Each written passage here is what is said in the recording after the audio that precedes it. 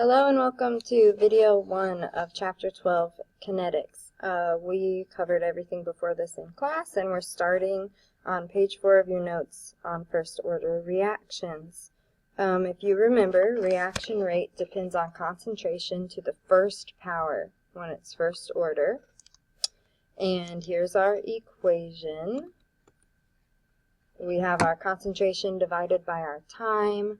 Well, remember that when it's first order, that means we put this little 1 over here as an exponent. So if we integrate this, in other words, if we make this into a graph, then it's going to look like natural log of the concentration of A equals negative K, our constant, times T, our time, plus the natural log of this AO. AO means initial. So that means our other A on the left here means final. Initial, final. Now this is what our graph would look like. It's only a straight line when it's a first order reaction. And it's similar to if we graph something with the form y equals mx plus b, because that makes a straight line with b being our intercept and m being our slope, and it's very similar to what you see in math. If it's curved, it's not first order. Typically, you'll be asked questions where you have to determine the order based on how a graph looks. Also, the slope of this line is equal to our k constant, but negative. So we have a negative slope here going downhill. We can change this and kind of rearrange it and get it to look like this, where we have our natural log of our concentration final over our initial and put it equal to negative k times time. This is useful when we know a percent, because if we're thinking about a percent, it's like starting with 100 and knowing our initial and figuring out our final based on that. So here's an example problem. We have a certain first order reaction that has a rate constant of 0.25 minutes to the negative 1. How much time do we need to be 60% complete? Well, think about when something's 60% complete. That means how much has been used up. 40%. So we're going to think of it as 0.40 remaining. So all we did was plug that in for our natural log, because what we really did here was our final, what we have left is 40 on top, and we started with 100 on the bottom. 40 divided by 100 would be 0.40. Putting that equal to our K from the problem times T, and just solving for T. Well, it took 3.7 minutes for this reaction to get to 60% complete. Here's another example. Try this one, and I'll come back and have it written up here for you. Okay, here we go. This time we're using our natural log equation, and all I did was plug our items in here. Plugged in the rate, the time, and in these cases, time doesn't really matter as far as units as long as they match.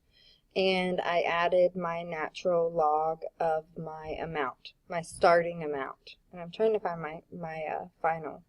So I did some math on that. All you got to do is hit that natural log button on your calculator. And I came out with this. And then I took e to the negative of this answer. That's what we do to kind of negate the natural log. That's the opposite of our natural log. And what we got out here was 0.0036 molar. Okay. So, try one more here. You try this.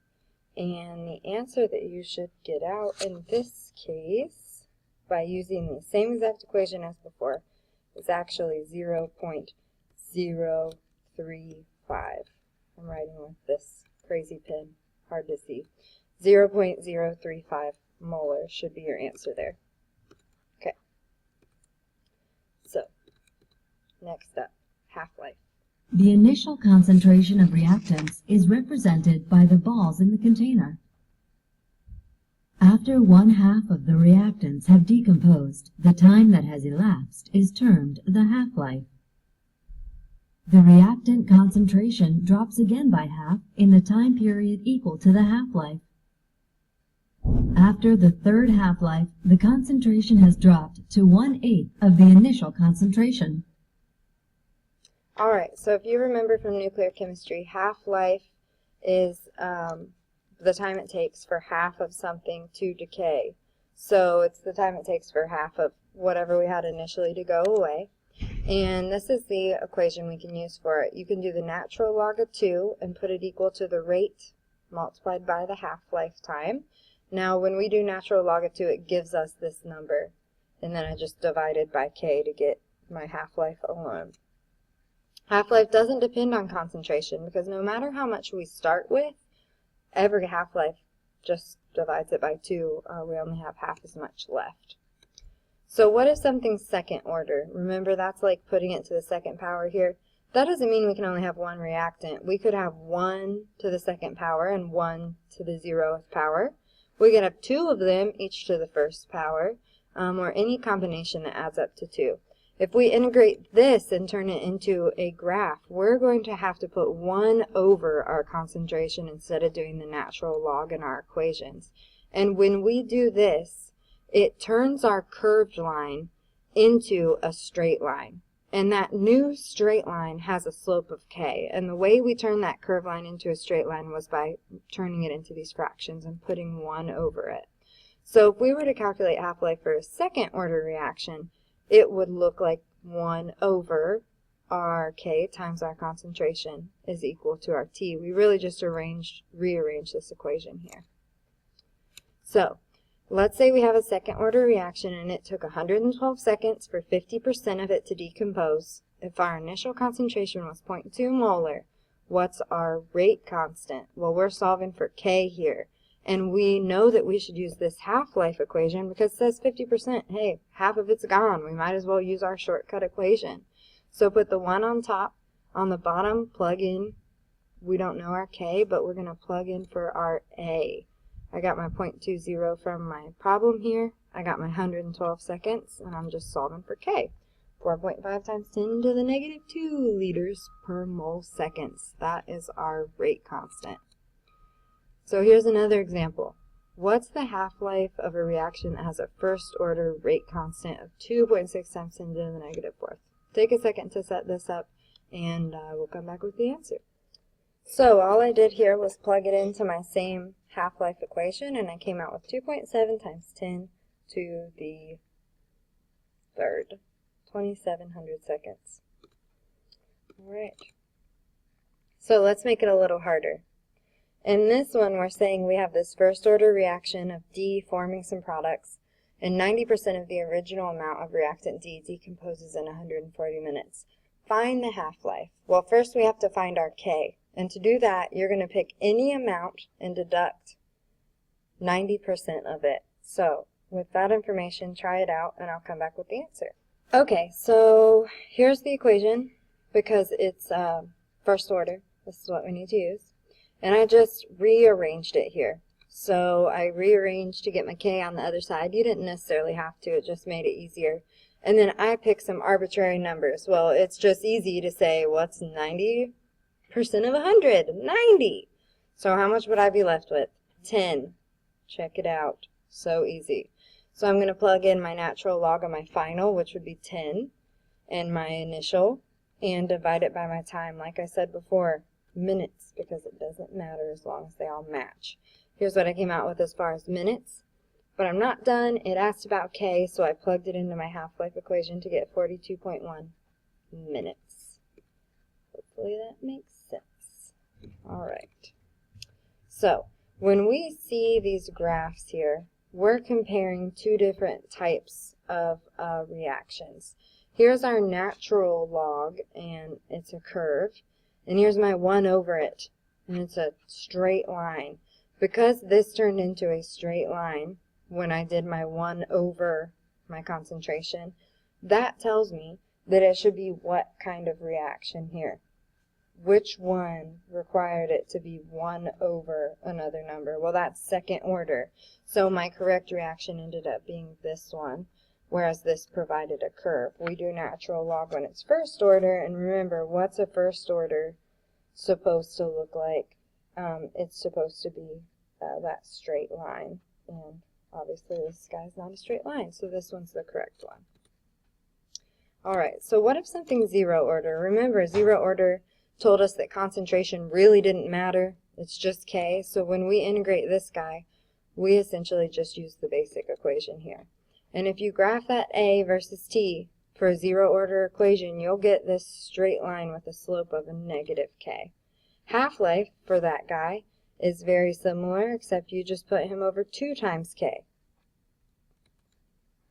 And here's an example of what he would look like if you were to graph him. So that negative slope in a straight line, and it's going to be the slope of exactly K, but in its negative form. Let's explore the differences between the graphical behavior of different reaction orders. In a zero-order reaction, the concentration decreases in a straight-line fashion as time progresses. The rate constant, K, can be determined from the slope of the line.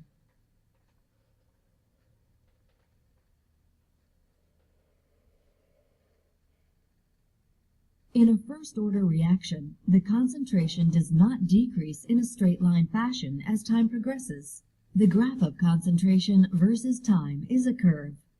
If the concentration data is graphed as the natural log of the concentration versus time, the result is a straight line.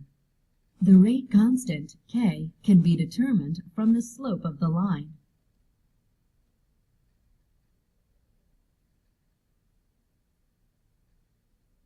In a second-order reaction, the concentration does not decrease in a straight-line fashion as time progresses. The graph of concentration versus time is a curve. For a second-order reaction, the graph of the natural log of concentration versus time will also be a curve. If the concentration data is graphed as the reciprocal of the concentration versus time, the result is a straight line.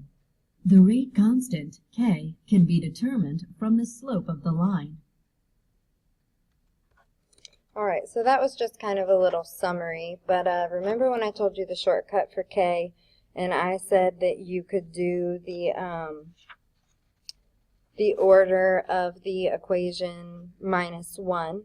You can do K equals 1, over the molarity to the order minus 1, whatever your order would be. That's a better shortcut than this guy. If you want to remember it this way, you can. Remember that molarity is just moles per liter, so that's why they're bringing it into play, but I like my little shortcut better. Okay. So, here's a good example for us. This one is talking about a reaction where nitrogen dioxide decomposes, and we want to know the rate law and the value of K. Well, in order to determine that, sorry, I suddenly can't talk, we need to plot these 3 graphs and see which one makes a straight line. Well, how do we plot a graph like this? You would have to enter it all into your graphing calculator to get out some data and see what each of them look like. So if you have your graphing calculator, you want to try that, then do that. And in the next video, I will show you the results.